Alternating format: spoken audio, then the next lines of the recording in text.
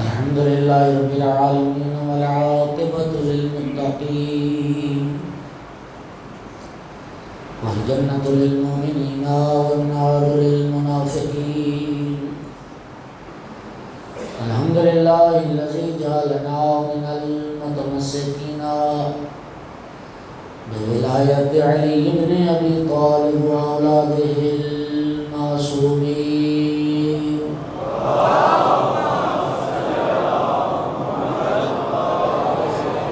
الحمد لله الذي جعلنا من الباقين على سيد الشهداء وأولاده وأصحابه المظلومين. الصلاة والسلام والتحية والإكرام على رسوله الكريم شفيع المذنبين أنيس الغريبين ورحمة للعالمين. أعني العبد المؤيد الرسول المسدد المحمود الأحمد المصطفى الأمجد أبا القاسم محمد.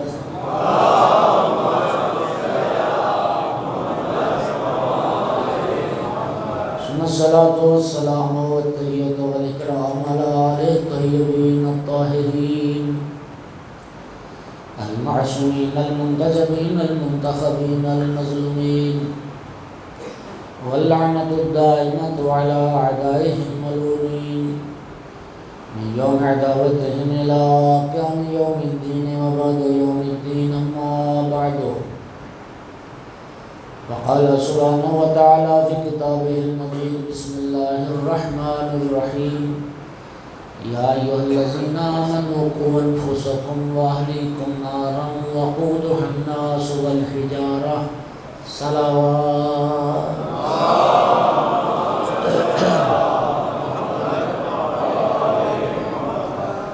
چند دوست اگر ادھر آنا چاہیں تو میرے دائیں ہاتھ پہ اندر جگہ خالی پڑی ہے، اگر کچھ دوست آنا چاہتے ہیں. صلوات سارے پڑھیے بلند آواز.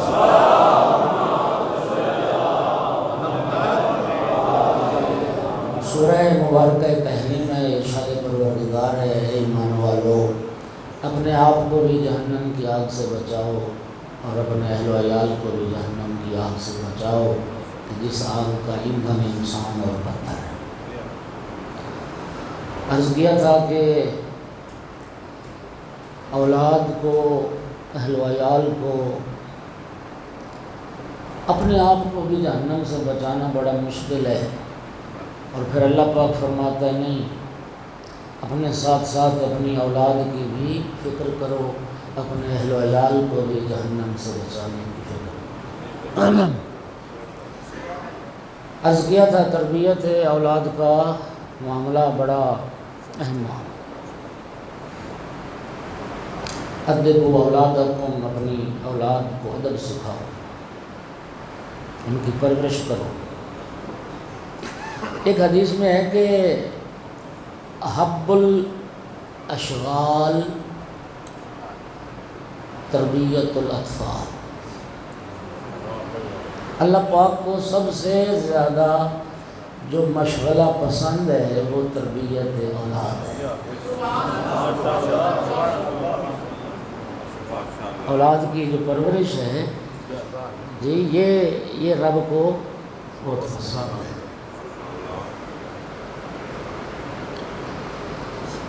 دیکھیے، جب اللہ پاک نے اولاد دی تو دنیا میں ہر انسان کسی مذہب کا بھی وہ ہے، تو بچے کو ہر کوئی معصوم ہی کہتا ہے. ایسے ہی ہے نا؟ بچہ جب پیدا ہوتا ہے تو معصوم ہی ہوتا ہے، سب معصوم کہتے ہیں. اچھا، 1 ماہ کا معصوم، 6 ماہ کا معصوم، سال کا معصوم، 1.5 سال کا معصوم، 2 سال کا معصوم. اب جب وہ بڑا ہونا شروع ہو گیا اور کام دکھانے لگا، اب اس کو معصوم نہیں کہتے.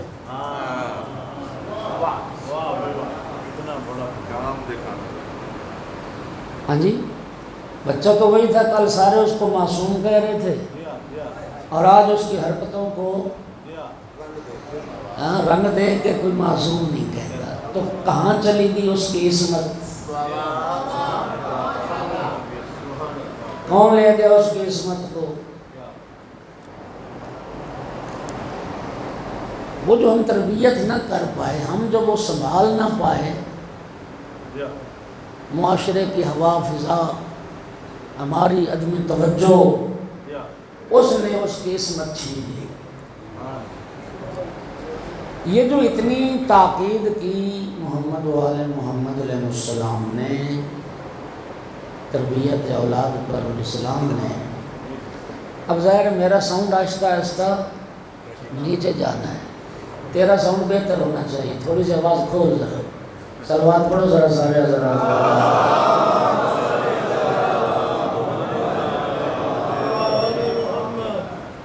تو میں یہ سمجھتا ہوں کہ رب یہ چاہتا ہے بندوں سے کہ دیکھو میں نے جب تمہیں اولاد دی تھی تو معصوم تھی، تم بھی اولاد کی اب تربیت ایسی کرنا کہ معصوم ہی لوٹا دے گا، معصوم ہی رہے۔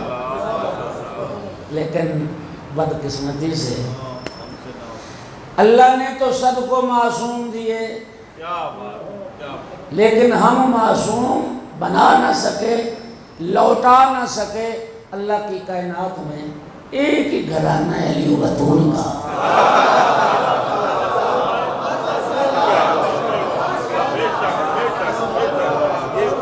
جنہیں رب نے معصوم دیے اور انہوں نے معصوم دیا۔ صلوات پڑھو محمد و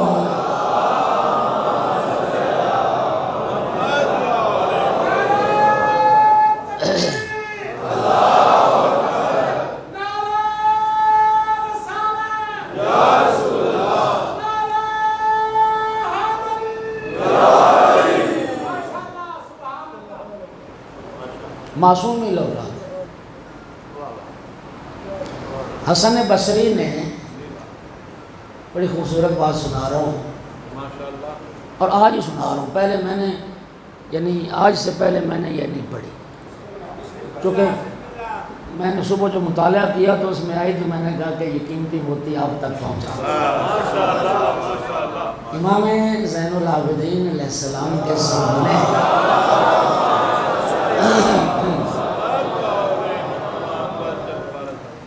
بھٹی صاحبان لگے تو ہوئے ہیں، کوشش کر رہے ہیں، ارادے تو نعمت بھائی کے بڑے بلند ہیں۔ ہاں جی انشاءاللہ ایسا ایک عزا خانہ تعمیر کرنا چاہتے ہیں کہ پھر یہ دیواروں کی رکاوٹ بھی نہ آئے۔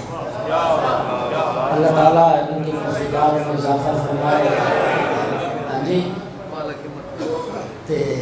سنا میں حسن بصری نے امام سجاد علیہ السلام کے سامنے ایک جملہ کہا، کہتا ہے کہ بیس الشیء الولد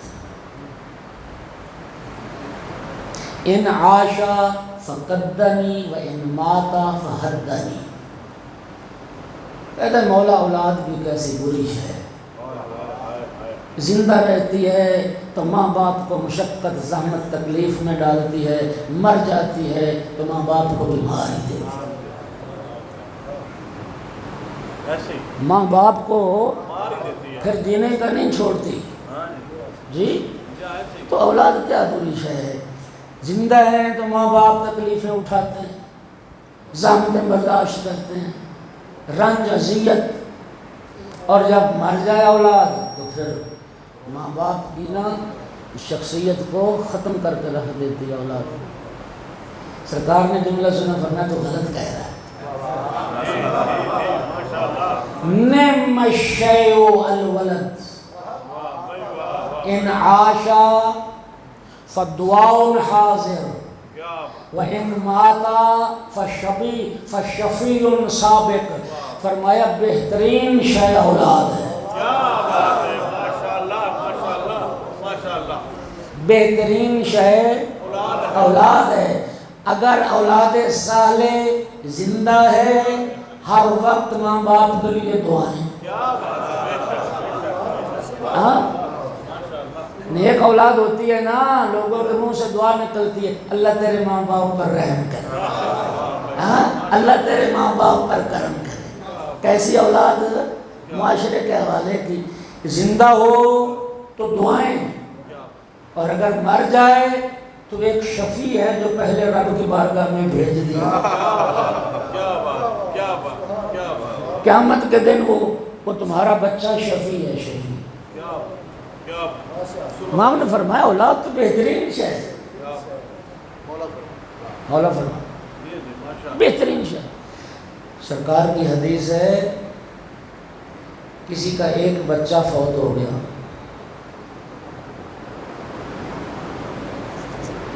وہ اگر اپنے بعد 70 بیٹے چھوڑ جائے اور 70 کے 70 گھوڑوں پر سوار ہو کر میدان جہاد میں جہاد کرتے ہوئے جام شہادت نوش کر جائیں، ان 70 بیٹوں سے وہ ایک بہتر ہے قیامت کے دن ماں باپ کا شفیع بن جائے۔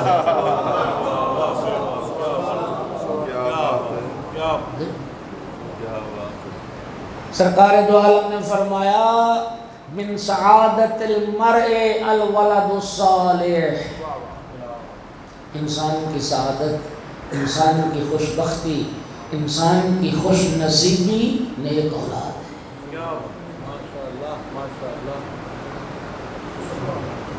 اور کل میں نے عرض کیا کہ تربیت اولاد کا جو مرحلہ ہے وہ ماں کے انتخاب سے شروع ہوتا ہے۔ اپنی اولاد کے لیے تم ماں کیسی منتخب کرتے؟ جناب سیدہ طاہرہ صلوات اللہ علیہا کی شہادت کے کافی عرصہ بعد جناب امیر المومنین علیہ السلام نے اپنے بھائی جناب عقیل سے فرمایا، عقیل بھائی مجھے عرب کے کسی بہادر خاندان اور بہادر گھرانے سے ایک رشتہ چاہیے۔ اچھا میرا سوال یہ ہے، ایمان سے بتاؤ، ٹھیک ہے جناب عقیل وہ نسابہ تھے، انساب عرب کے بہت بڑا علم رکھنے والے تھے، لیکن ایمان سے بتاؤ جناب عقیل کا علم زیادہ ہے یا مولا علی کا علم زیادہ ہے؟ سلونی تو علی فرم جو چاہو پوچھو، جناب عقیل کا علم مولا علی سے تو زیادہ نہیں ہے، بلکہ مولا امیر المومنین کا علم تو وہ ہے، وہ جملہ تم سنتے رہتے ہو کہ ایک جنگ میں غالباً صفین کی بات ہے، مالک اشتر مولا کے پاس آ کے عرض کرتا ہے آقا آج ایک بندہ میں اور قتل کر لیتا نا تو میرے مقتول اور آپ کے مقتول برابر ہو جاتے ہیں، مقتولوں کی تعداد ہماری برابر ہو جاتی ہے۔ جناب امیر نے فرمایا مالک اشتر سوچنا بھی نہ، تیرے سامنے جو آیا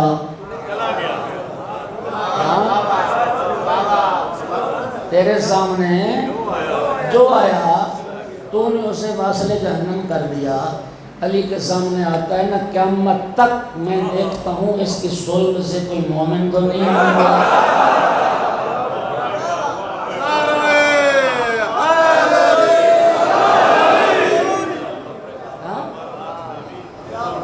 اگر کسی کی صلب سے قیامت تک بھی کوئی مومن پیدا ہونے والا ہے علی اسے قتل نہیں کرتا۔ او بھٹیو تمہارے ماں باپ دادا تمہارے آبا و اجداد بھی علی کی تلوار کی بھینڈ چڑھ گئے ہوتے اگر تم نے پیدا نہ ہونا ہوتا۔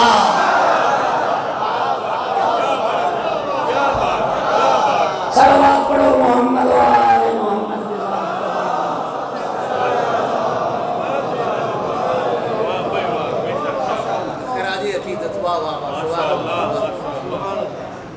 جانتے تھے ہاں ان کی نسل سے وہ آئیں گے علی علی کرنے والے۔ یہ حقیقت ہے، وہ ہو گئی کہ نہ؟ مولا علی علیہ السلام سے زیادہ علم صرف دو ہستیوں کا ہے، یا رسول اللہ کا ہے یا اللہ کا ہے۔ بلکہ میں اب دوبارہ پھر جملہ اصلاح کر کے کہنا چاہتا ہوں، مولا علی سے زیادہ علم صرف اللہ کا ہے، جتنا علم رسول کا ہے وہ سارا مولا علی کے پاس ہے۔ صلوات پڑھو محمد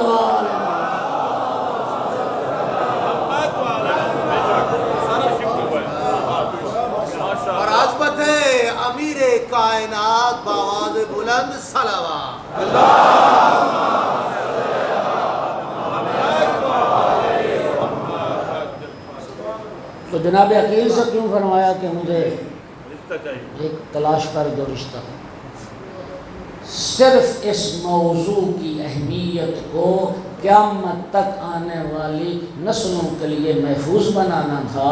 اچھی اولاد کی اگر تمنا رکھتے ہو، ماں اچھی منتخب کرو۔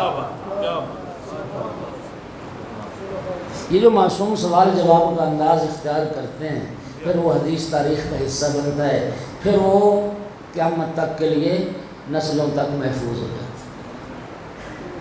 تو یہ پہلا سٹیپ ہے، پہلا مرحلہ ہے کہ ماں اچھی منتخب کرو۔ من سعادت المرء، نبی کریم فرماتے ہیں من سعادت المرء الزوجۃ الصالحہ، صالح بیوی، صالح زوجہ، یہ بھی انسان کی خوش نصیبی اور انسان کی سعادت مندی ہے۔ نبی پاک کی ایک دعا ہے، سرکار کی ایک دعا ہے، اللہم انی اعوذ بک من امرأۃ تشیبنی قبل مشیبی، میرا اللہ مجھے ایسی عورت سے محفوظ رکھنا جو مجھے بوڑھا ہونے سے پہلے بوڑھا کر دے، مجھے ایسی عورت سے بچانا کہ جو مجھے بوڑھا ہونے سے پہلے بوڑھا کر دے۔ زوجہ صالحہ، امام جعفر صادق علیہ السلام کی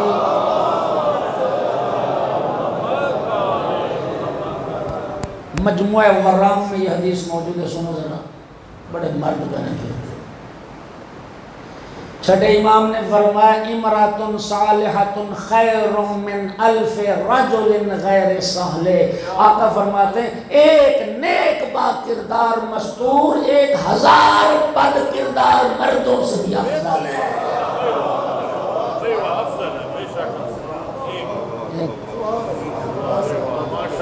ماشاءاللہ۔ تو دوستو یہ مرحلہ نا بڑا سوچ سمجھ کے طے ہونے والا ہے۔ ایمان دیکھو، کردار دیکھو۔ اس کے بعد تربیت اولاد، نیک صالح اولاد کے لیے اگلا مرحلہ وہ ہے رزق حلال۔ وہ کیا ہے؟ رزق حلال۔ تیرا نطفہ رزق حلال سے بنے، ماں کا دودھ رزق حلال سے بنے، جی پھر انشاءاللہ اللہ تعالیٰ مدد کرے گا۔ اصل تو بنیاد یہ ہے، اور ہمارا معاملہ اس کے برعکس ہے۔ ناراض نہیں ہونے کا جملہ کہو، کمائی حرام کی جیب میں ڈال کے حلال گوشت کی دکانیں تلاش کرتے ہیں۔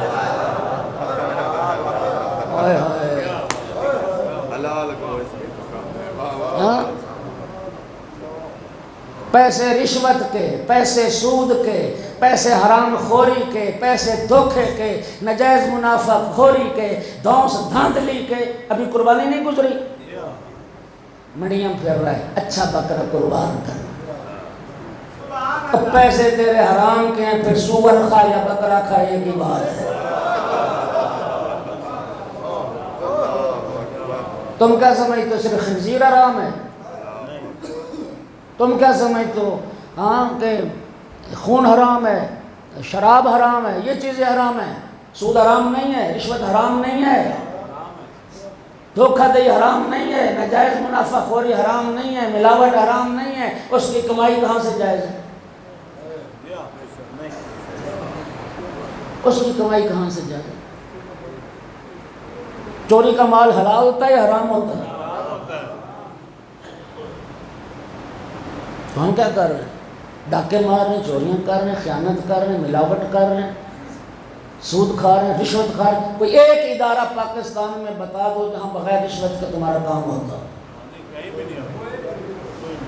اور مسلمان، میں سمجھتا ہوں اگر جملے کی قدر کرو،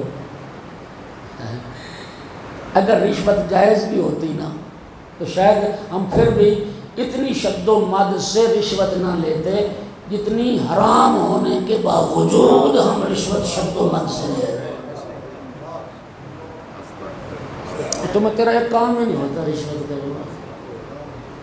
ایک کلرک سے لے کے وہ جو وزارت و صدارت کی کرسی تک بیٹھا ہے سب حرام خور. بولو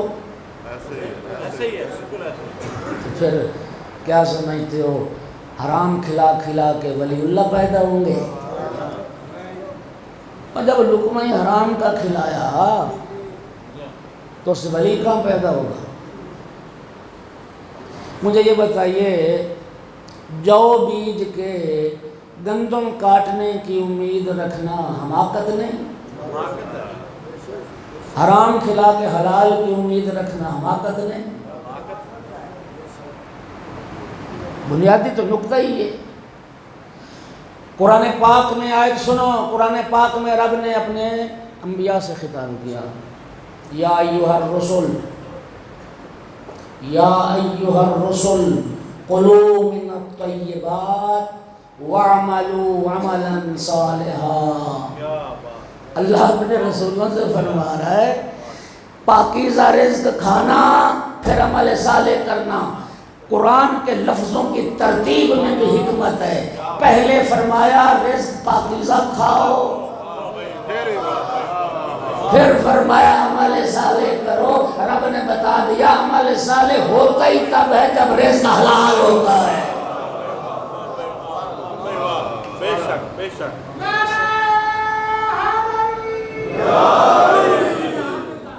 حرام کھا کے بندہ حرام کاریاں ہی کرے گا پھر وہ کہاں ولی اللہ بنے گا؟ وہ ولد صالح بنے گا، وہ نیک صالح اولاد ہوگی. اس لیے اسلام نے بہت زیادہ زور دیا لقمہ حلال پر. یار کتنا جینا ہے، کتنا جینا، 50-60 سال جی. یعنی کرونا تو خیر اب پھر اللہ محفوظ رکھا، ساری انسانیت کو محفوظ رکھا، بالخصوص اللہ پاک اہل ایمان کو محفوظ رکھا. دیکھیں اوسط ایوریج ہماری پاکستان میں 60 سال. کتنا جینا 60 سال. اور وہ آخرت کی زندگی، ابد الآباد کی زندگی، ہم فیہا خالدون کی زندگی. معصوم کا ایک جملہ ہے اگر قدر کرو، فرماتے ہیں سچ بول کے ہار جانا جھوٹ بول کے گیر جانے سے بہتر ہے.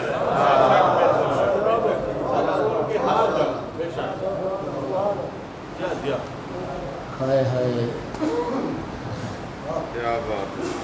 آخرت بنانا کامیابی ہے، یہ دنیا بنانا کامیابی ہے. آخرت بنانا کامیابی یہ تو گزر ہی جانی ہے. شاہ کی بھی گدا کی. فرعون کدھر ہے، نمرود کدھر ہے، قارون کدھر ہے، شداد کدھر ہے، دنیا کے سلاطین کدھر ہیں، دارو سکندر کدھر ہے، سب نہیں چلے گا. توجہ کر رہے ہو نہیں کر رہے؟ او بھائیو رزق حلال. نبی پاک صلی اللہ علیہ وآلہ وسلم روز جمعہ میں سب سے افضل عمل محمد و آل محمد پر درود پاک پڑھنا.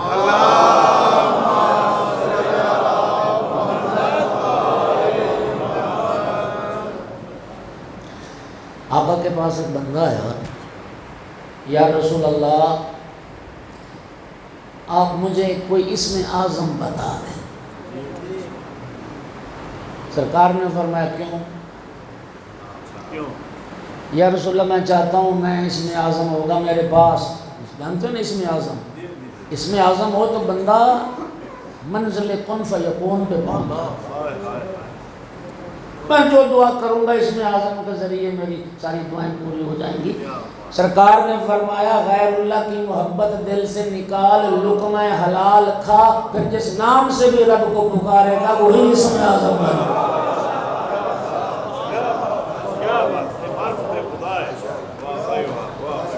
پھر جس نام سے بھی رب کو پکارو گے وہ اسم اعظم بنے. لقمہ حرام کا وضعی اثر یہ ہے، سرکار فرماتے ایک لقمہ حرام شکم میں چلا جائے تو 40 دن تک دعا قبول. کیا ہوتا ہے؟ 40 دن تک دعا قبول نہیں ہوتی. 40 دن تک دعا نہیں قبول ہوتی. ایک لقمہ حرام. ایک اور دفعہ عمر پوری ہو جائے 80 سال اس میں 2 لقمے عمر ہو گئے 40 دن. 40 دن. اللہ توجہ کر رہے ہو؟ ماشاءاللہ. تو بس یہ اثرات تو ہونے. ہمارے معاشرے میں کیوں فساد ہے، کیوں فتنہ ہے، کیوں بے چینی ہے؟ یعنی یقین کریں کوئی بندہ دنیا میں ہے ایسا جسے آپ کہہ سکیں کہ وہ 100% مطمئن نہ ہو؟ کوئی نہیں ہوتا. جس کے پاس پیسہ ہے اس کو بھی اطمینان نہیں، جس کے پاس نہیں ہے اس کو بھی اطمینان. میرے محترم سامعین، رزق حلال، لقمہ حلال. اور یاد رکھو ایک بات، ہمارا طریقہ کیا ہے؟ حرام خوری کرنی، حرام کمانا. آج سن لو، میں ذمہ داری سے کہہ رہا ہوں، جرأت سے کہہ رہا ہوں، جس کا رزق حرام کا ہے، کمائی حرام کی اور حرام کی ساری صورتیں آپ بہتر جانتے ہیں. بندے کو پتہ ہے کہ یہ حلال ہے یا حرام، سب کو پتہ ہے.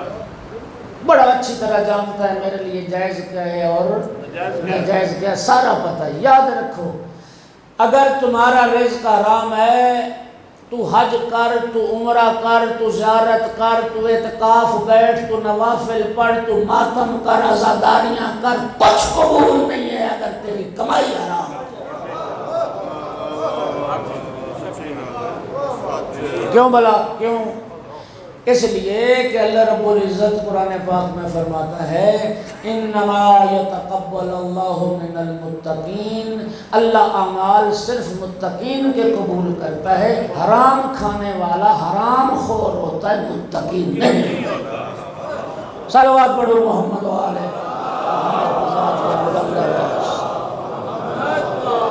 محمد. توجہ کر رہے ہو یا نہیں کر رہے ہو؟ رزق حلال بڑی. وہ مہدی عباسی ایک شریک بن عبداللہ ایک شخص تھا، انتہائی عالم و فاضل، انتہائی متقی اور پرہیزگار. عباسی، مہدی عباسی کے دور. مہدی عباسی نے اس کو پیشکش کی کہ میں تجھے قاضی القضات بناتا ہوں، اپنی عدالت کا چیف جسٹس بناتا ہوں. اس نے کہا مجھے یہ عہدہ نہیں چاہیے، مجھے یہ عہدہ نہیں چاہیے. اچھا پھر میرے بچوں کے معلم بن جاؤ. فرمایا میں نہیں پڑھا سکتا. اس نے کہا پھر دعوت قبول کر لو، میرے ساتھ ایک وقت کا کھانا کھا لو. ان 3 کاموں میں سے ایک تو تمہیں کرنی پڑے. شریک نے سوچا چلو کھانا کھا لو. کیا کرتے ہیں؟ ایک ٹائم کا کھانا کھا لیتے ہیں. ہاں جی، ان بادشاہوں سے بندہ دور ہی رہے تو اچھا ہے. نہ ان کی دوستی اچھی، نہ ان کی دشمنی اچھی. اب وہ رنگین دسترخوان، عمدہ قسم کے پکوان. اب جو کو کھانا کھایا وہ لقمہ حرام گیا شکم میں. اس نے وہ تاثیر کی کہ رات کو بستر پہ جا کے سوچ رہا ہے یار اگر میں چیف جسٹس بن جاؤں، قاضی قضات بن جاؤں، تو میں لوگوں کے ان کے حقوق دلواؤں گا، ان کی مدد کروں گا، تو اچھا ہے میں وہ قبول کر لوں عہدہ.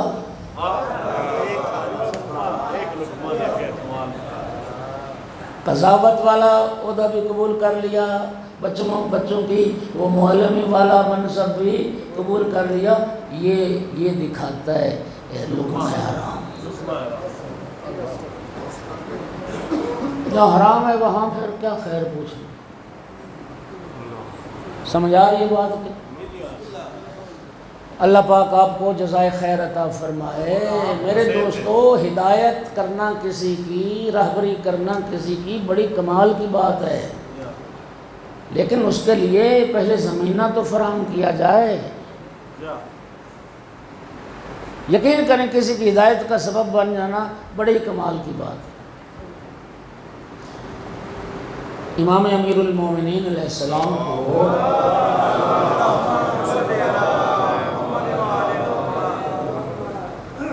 خیبر میں رسول اللہ نے یہ فرمایا تھا نا، اگر متفق علیہ حدیث نہ ہو تو میں مجرم ہوں۔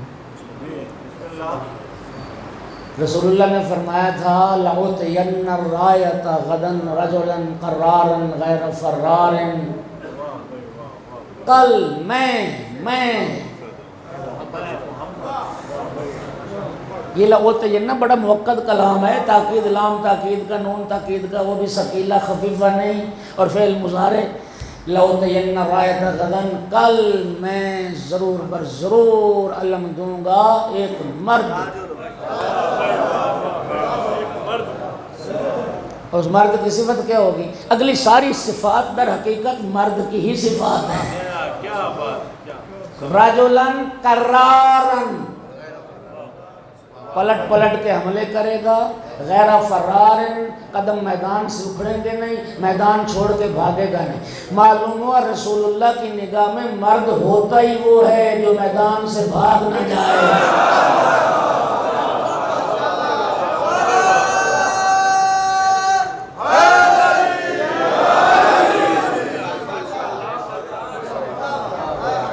قرار، غیر فرار، پھر اتنا نہیں، یحب اللہ و رسولہ، ایسے مرد کو دوں گا علم جو اللہ اور اللہ کے رسول سے محبت کرتا ہے، اور محبت یک طرفہ نہیں ہے، یحبہ اللہ و رسولہ،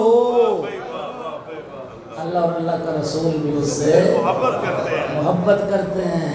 معلوم ہوا مولا علی سے محبت کرنا یہ اللہ کی بھی سنت ہے، رسول اللہ کی بھی۔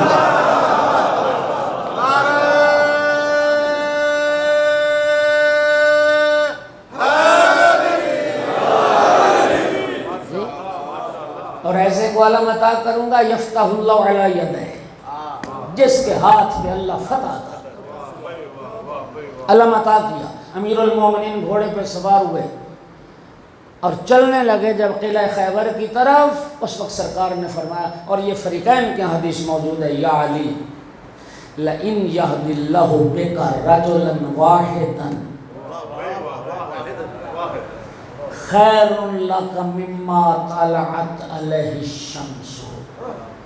یا علی، اگر اللہ آپ کی وجہ سے کسی ایک انسان کو ہدایت کر دے، تیرے لیے ہر اس شے سے افضل اور بہتر ہے جس پر سورج کی روشنی پڑتی ہے۔ بولو، سورج کی روشنی صرف حافظ آباد میں پڑتی، پوری زمین پہ پڑتی، صرف زمین نہیں، باقی سیارے، یہ چاند جو روشن ہے وہ بھی سورج کی وجہ سے روشن ہے۔ اس منظومہ شمسی کے سارے ستارے سورج کی وجہ سے روشن ہے میرا بھائی۔ اس کا معنی کیا ہوا؟ خلاصہ کر کے کہوں، رسول اللہ فرماتے ہیں کوئی بندہ کسی ایک کو جہنم کے راستے سے ہٹا کے جنت کے راستے پہ لے آئے، گمراہی سے ہٹا کے ہدایت کے راستے پہ لے آئے، دشمنوں کے راستے سے ہٹا کے اہل بیت کے راستے پہ لے آئے، یہ عمل پوری کائنات کے مالک بن جاؤ اس سے بھی افضل ہے، اس سے بھی بہتر ہے، اس سے بھی بہتر۔ تو پھر اس سے بہتر اور کیا ہوگا کہ انسان اگر اپنی اولاد کی ہدایت کا سبب بن جائے، اپنی اولاد کی ہدایت کا سبب بن جائے، اپنی اولاد کی ہدایت کا سبب بن جاؤ تو پھر خدا کی قسم کامیابی کامیاب۔ ہدایت والا فریضہ انجام دیا، وہ اجر بھی پایا، والد صالح چھوڑ گئے، نامہ اعمال قیامت تک کھلا رہے گا۔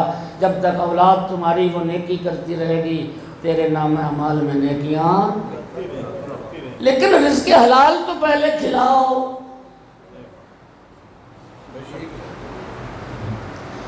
میں خود بھی شوگر کا مریض ہوں. بندہ شوگر والے پھر میٹھا کھانے سے رہ نہیں سکتے. بڑا دل کرتا ہاں جی. وہ ڈاکٹر کہتے ہیں بھائی جی علاج بیماری کا تبھی اثر ہوتا ہے دوائی کا کہ جب بندہ پرہیز بھی کرے. تربیت بھی اسی وقت اثر کرتی ہے جب لقمہ حلال کا ہوگا. روز عاشور امام حسین علیہ السلام نے لشکر یزید کو خطاب کر کے فرمایا لشکر یزید. اور دیکھیے ہادی برحق ہوتا ہی وہ ہے آخری دم تک انسانیت کا لوگوں کا مخلص و خیر خواہ ہو. امام حسین نے آخری وقت تک کوشش کی کہ لوگ جہنم میں نہ جانے. آخری وقت تک کوشش. عمر ابن سعد سے مولانا نے فرمایا عمر ابن سعد یہ عمر ابن سعد سعد بن مکہ صحابی رسول کا بیٹا تھا نا. ابن زیاد نے کیا کہا تھا رائے کی حکومت تجھے دوں گا رائے کا گورنر بناؤں گا اگر حسین کے قتل کی ذمہ داری تو لے. رات بھر سوچتا رہا مہلت مانگ کے آئے ابن زیاد سے کہتا ہے ایک رات مجھے سوچنے کی مہلت دے کل بتاؤں. رات بھر سوچتا رہا کہتا ہے کہ اگر حسین کو قتل کروں گا تو رائے کی حکومت ملے گی اور اگر قتل نہیں کروں گا رائے کی حکومت تو ملے گی لیکن انجام تو جہنم ہے. اور قتل نہیں کروں گا تو رائے کی حکومت ہاتھ سے چلی جائے گی.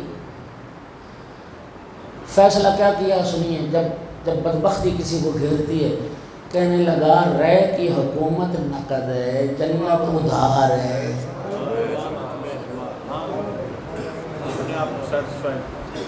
مولا حسین علیہ السلام نے فرمایا لشکر یزید اپنا عمر ابن سعد کو فرمایا یاد رکھ میرے خون سے اپنے ہاتھ رنگین نہ کر تجھے رائے کی گندم کھانا نصیب نہیں.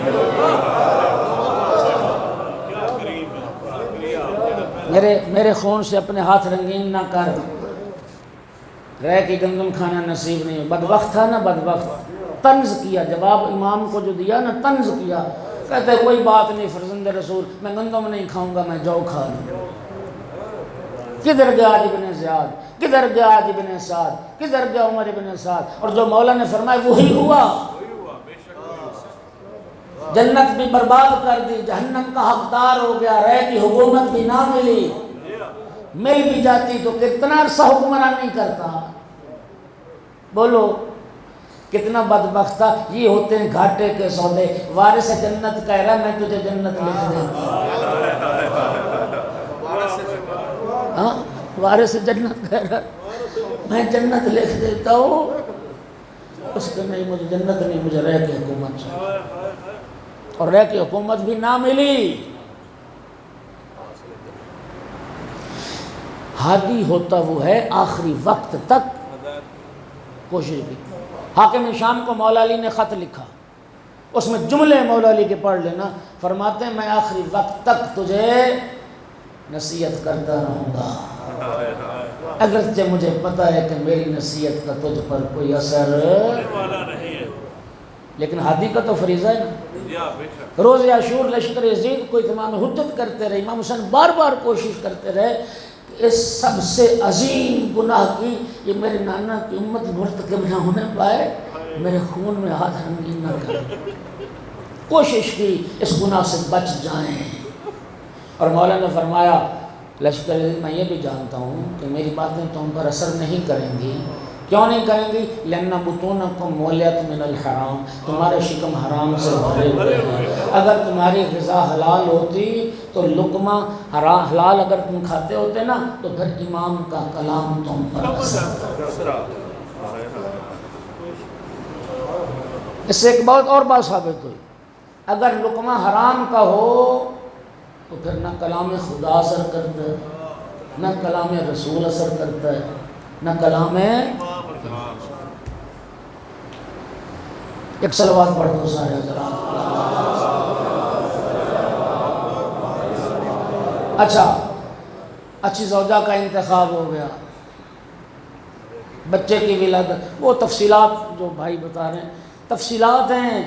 میں ایک کتاب ہے تہذیب آل محمد، تہذیب آل محمد،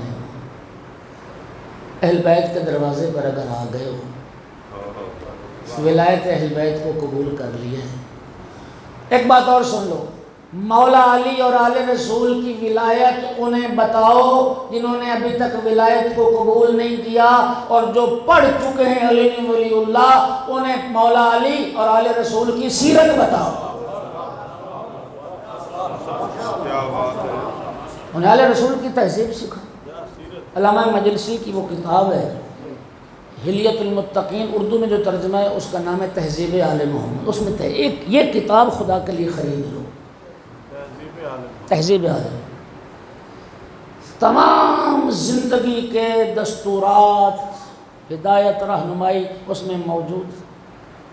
کھانا کیسے، پینا کیسے، لباس کیسا، گھر کیسا، جوتا کیسا، ہاں مطلب تفصیل ایک ایک چیز زندگی میں جو انسان کو ضروری ہے وہ موجود۔ وعدہ کرتے ہو نہ تو میرا کوئی کتاب خانہ ہے نہ وہ میری لکھی ہوئی کتاب ہے۔ ہاں ممکن یہ سمجھ رہے ہو کہ پتہ نہیں کوئی میرا اس میں کوئی فائدہ ہونے والا ہے۔ ہاں یہ میرا فائدہ ہو جائے گا ضرور، چونکہ ابھی حدیث سنا چکا ہوں۔ آپ اگر حق پہ راستے پہ آل محمد کی تعلیمات پہ چلیں گے شاید یہ میری بھی نجات اور بخشش کا سبب ہوگا۔ تو وہ کتاب خریدیں، اس کتاب کو پڑھیں اور محمد و آل محمد کی تعلیمات کے مطابق زندگی گزارنے کی کوشش کریں۔ سمجھو، شادی ہو گئی، اس میں بھائی جو بتا رہے ہیں نا شادی کیسے ہونی ہے، شب اول کے اعمال کیا ہیں، کردار کیا ہے، سیرت کیا ہے، تعلیم، یہ سب کچھ اس میں۔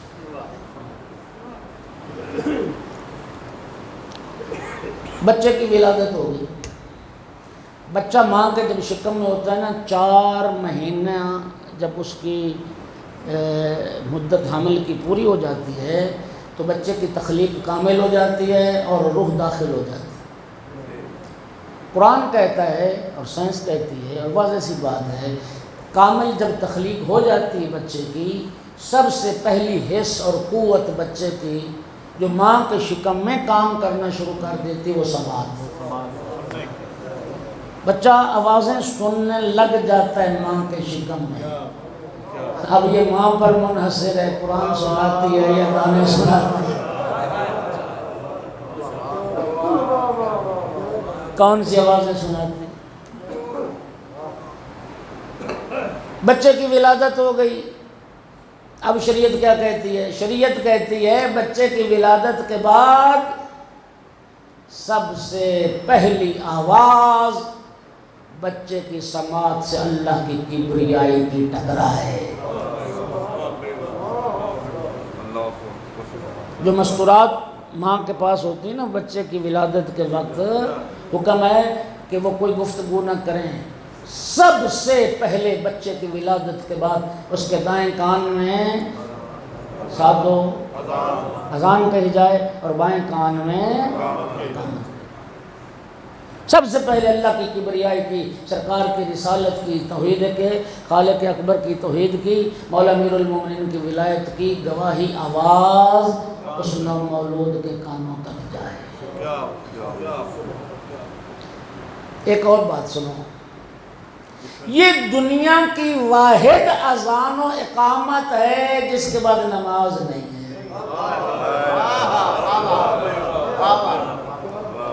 بچے کے کان میں جو اذان و اقامت کہی جاتی ہے یہ دنیا کی واحد اذان و اقامت ہے جس کے بعد نماز نہیں ہے۔ جنازہ واحد نماز ہے جس سے پہلے اذان و اقامت ہے۔ او جوانوں، یہی مہلت ہے، رب کے پیغام کو سمجھو۔ اذان و اقامت کہی جا چکی ہے، نماز قائم ہونے والی، نماز قائم ہونے والی۔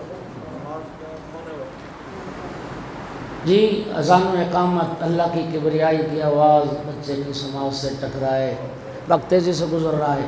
اگلا ایک مرحلہ ہے جو رسم ہے ہمارے. کیا کریں، اللہ جانتا ہے. ہمارا دین تو مطلب نہ مطالعہ کیا، نہ پڑھا، نہ سیکھا، ورنہ دین میں تو قدم قدم پر رہنمائی موجود ہے، لیکن ہم نے تو لی نہیں رہنمائی. بہت سارا ہمارا جو دین ہے نا، ہم نے وہ رسم و رواج کا بنایا ہوا ہے. رسم و رواج. میری مائیں بہنیں بھی چونکہ موجود ہیں، آپ بھی ذرا سن لیں. کل 14 اگست ہے جی. کتنے سال ہو گئے پاکستان بنے؟ 74.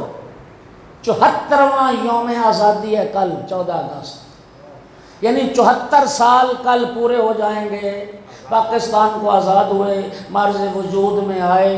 ہم ہندو مسلم مخلوط معاشرے میں رہے، ہندوؤں کو کچھ دین سکھا نہ پائے، ان سے بہت کچھ سیکھا. ان سے جو بہت کچھ سیکھا ان میں آج تک ایک رسم چل رہی ہے ہماری ماؤں بہنوں بیٹیوں میں. بچے کی ولادت کے بعد 40 دن تک وہ سمجھتی ہیں کہ ہم ناپاک ہیں. بچے کی ولادت والا غسل 40 دن تک نہیں کرنا. سن لو ذمہ داری سے، مذہب اہل بیت سنا رہا ہوں. اسلام یہ کہتا ہے کہ بچے کی ولادت کے بعد ماں کم از کم اس کے ناپاک رہنے کا عرصہ 1 منٹ بھی ہو سکتا ہے. ممکن 1 منٹ کے بعد خون ختم ہو جائے. زیادہ سے زیادہ اس کی ناپاکی کا عرصہ صرف 10 دن ہے. یہ قلہ اسلام کی نہیں، یہ ہندوؤں کی رسم ہے.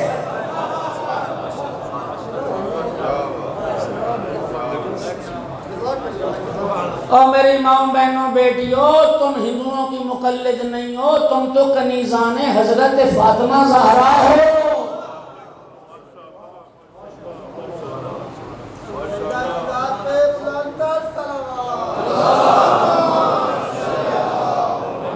زیادہ سے زیادہ ناپاکی کا عرصہ 10 دن ہے، زیادہ سے زیادہ، اور کم سے کم 1 لمحہ بھی ہو سکتا ہے.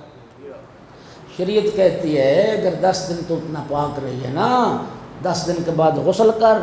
یہ چھوڑ چلے ملے جہلانہ رسم و رواج، جہلیت کی باتیں اور ہندوانہ رسمیں. مسلمان ہو تم، کلمہ رسول کا پڑھا، اللہ اکبر کہنے والے ہو، رام رام کرنے والے نہیں ہو تم.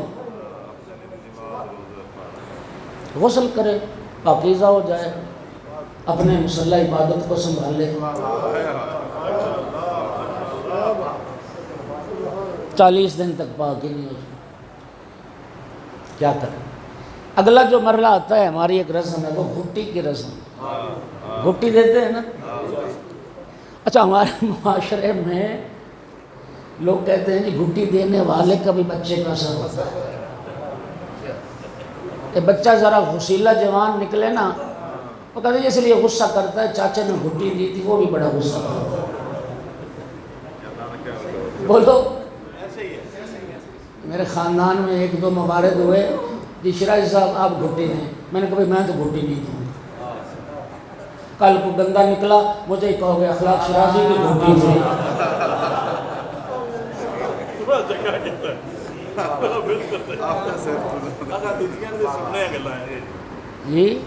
یہ ہے نا باتیں ہمارے معاشرے کی. اسلام نے گھٹی کا بھی حکم دیا اور تعلیم دی. امام جعفر صادق علیہ السلام نے ارشاد فرمایا ہنکو اولادکم بتربت الحسین، اپنی اولاد کو خاک کربلا کی گھٹی. تربت سید الشہداء کی گھٹی دو، شہد میں ملا کے، زمزم میں ملا کے، آب فرات میں ملا کے، بارش کے پانی میں ملا کے خاک کربلا کی گھٹی دو، تاکہ پہلے دن ہی کربلا سے رشتہ جڑ جائے، تاکہ پہلے دن سے ہی خاک کربلا خون بن کے بچے کی رگوں میں دوڑنے لگے.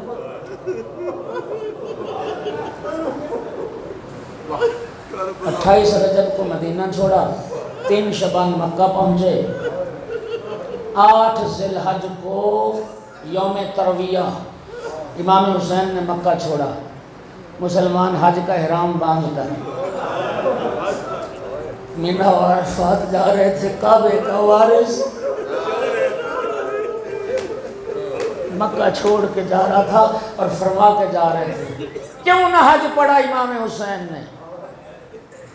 اللہ کے گھر کا مولا حسین سے بڑا عاشق کون تھا؟ حرم خدا کا مولا حسین سے بڑا عاشق کون تھا؟ جس مولا حسین نے 25 حج کیے تھے۔ یزید نے حاجیوں کے لباس میں 50 قاتل بھیجے تھے، جنہیں یہ کہا گیا تھا، جن کے احرام میں تلواریں اور خنجر چھپے ہوئے تھے، اور انہیں کہا گیا تھا رسول کے بیٹے کو قتل کر دیا جائے، چاہے وہ طواف کعبہ میں مشغول ہو یا غلاف کعبہ سے لپٹے ہو۔ مولا حسین علیہ السلام نے کیا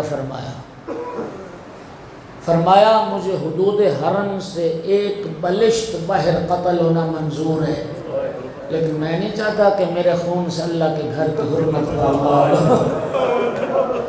اللہ کا گھر، تیری حرمت احترام باقی رہے۔ حسین حج کیے بغیر جانا، حج نہیں پڑھا تھا نا مولا حسین نے، حج نہیں پڑھا، کربلا چلے گئے۔ رب نے بھی فرمایا حسین تو نے میرے گھر کی حرمت کی خاطر حج نہ پڑھا، میں اللہ کا بھی وعدہ ہے تیرے ہر زائر کو ایک زیارت پر 70 حج کا ثواب ادا کروں۔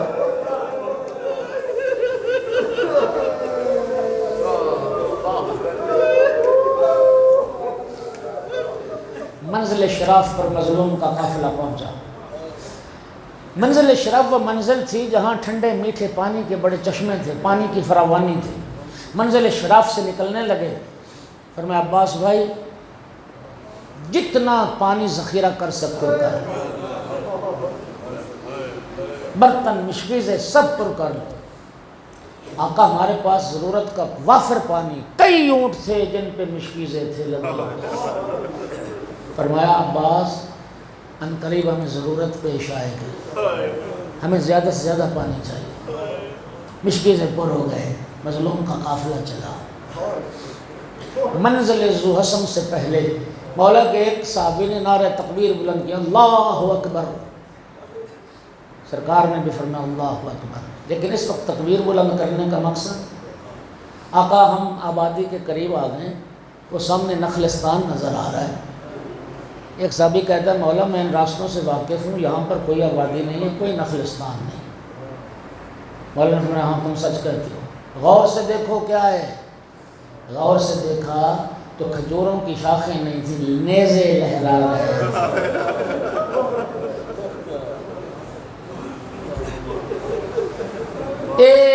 1000 کا دستہ لے کر حر امام حسین کے راستے میں آ کھڑا، اور مولا مظلوم کربلا نے، بلکہ یہاں یہ لفظ کہنا مناسب ہوگا ساقی کوثر کے بیٹے،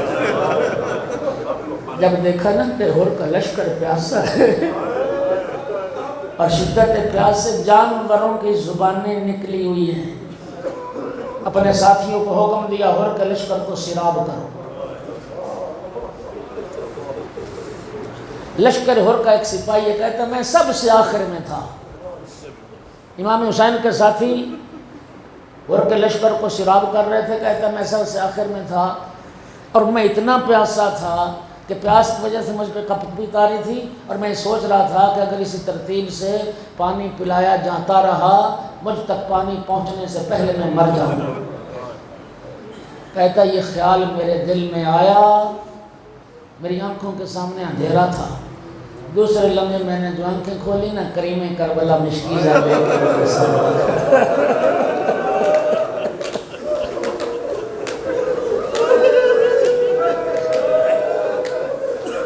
کہتا مجھ سے مشکیزے کا دہانہ پکڑا نہ گیا، کریم کربلا نے اپنے ہاتھوں سے مجھے پانی ملا، اور جب لشکر حر سیراب ہو گیا اب فرمایا یہ جانوروں کو پانی پلاؤ۔ گھوڑا ایک ہی بار نہیں پیتا، میں لفظوں کا ذمہ دار ہوں۔ مظلوم کربلا نے فرمایا جب تک ایک ایک گھوڑا 3 4 بار پانی سے منہ لگا کے نہ ہٹائے کسی جانور کے سامنے سے بھی پانی نہ ہٹائے۔ شیعہ بیٹھے ہو سنی بیٹھے ہو، صرف ایک سوال کرنا چاہتا ہوں، جب عصر عاشور 6 ماہ کے لال کے لیے پانی مانگ رہے ہیں،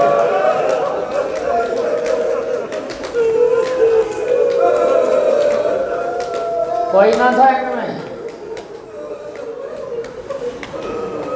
اور یہ حسین کے کردار کی عظمت ہے، عظمت۔ پانی انسان کا حق ہے، یہ حق ہے انسان کا جو رب نے دیا انسان کو، اور پانی کا سوال کرنا، پانی مانگنا کسی مذہب میں کبھی نہیں ہے۔ روٹی مانگنا ممکن ہے معیوب ہو، لیکن پانی کا سوال کرنا یہ کبھی نہیں ہے۔ یہ مولا حسین کے کردار کی عظمت تھی۔ مولا نے علی اصغر کے لیے پانی مانگا، لیکن یہ نہیں کہا کل میں نے بھی تو تمہیں سیراب کیا نا۔ اجرکم علی اللہ۔ کیا کروں، دامن وقت میں گنجائش نہیں بچی۔ نماز ظہر کا وقت ہوا، حجاج ابن مسروق نے اذان کہی، مظلوم کربلا نے فرمایا اور تو اپنے ساتھیوں کے ساتھ نماز پڑھ۔ جو شیعہ بیٹھے ہو میں چیلنج کر رہا ہوں، غلط پڑھا جاتا ہے ممبروں سے، غلط تفسیریں کی جاتی ہیں، کہتے ہیں ہور نے کون سی نماز نہیں پڑھی تھی؟ میرا بھائی ہور نے نماز نہیں پڑھی تو جان تو قربان کی تھی نا۔ میں ذمہ داری سے عرض کر رہا ہوں، مولا نے فرمایا اور تو اپنے ساتھیوں کے ساتھ نماز پڑھ، میں اپنے ساتھیوں کے ساتھ نماز پڑھ۔ اس وقت جب دشمن بن کے آیا تھا اور نے یہ کہا تھا مولا نماز ہم بھی آپ کی اقتدار میں۔ نماز کے بعد جب سواریاں تیار ہو گئیں، بس آخری جملہ، مظلوم کربلا بیبیاں محملوں میں بیٹھ گئیں، مظلوم کربلا گھوڑے پہ سوار ہوئے۔ اس وقت یہ ہور آگے بڑھا اور امام حسین کے گھوڑے کی لگام کو تھام لی۔ مجھے ابن زیاد کا حکم ہے، میں آپ کو کوفہ لے کے جاؤں گا ابن زیاد کے پاس۔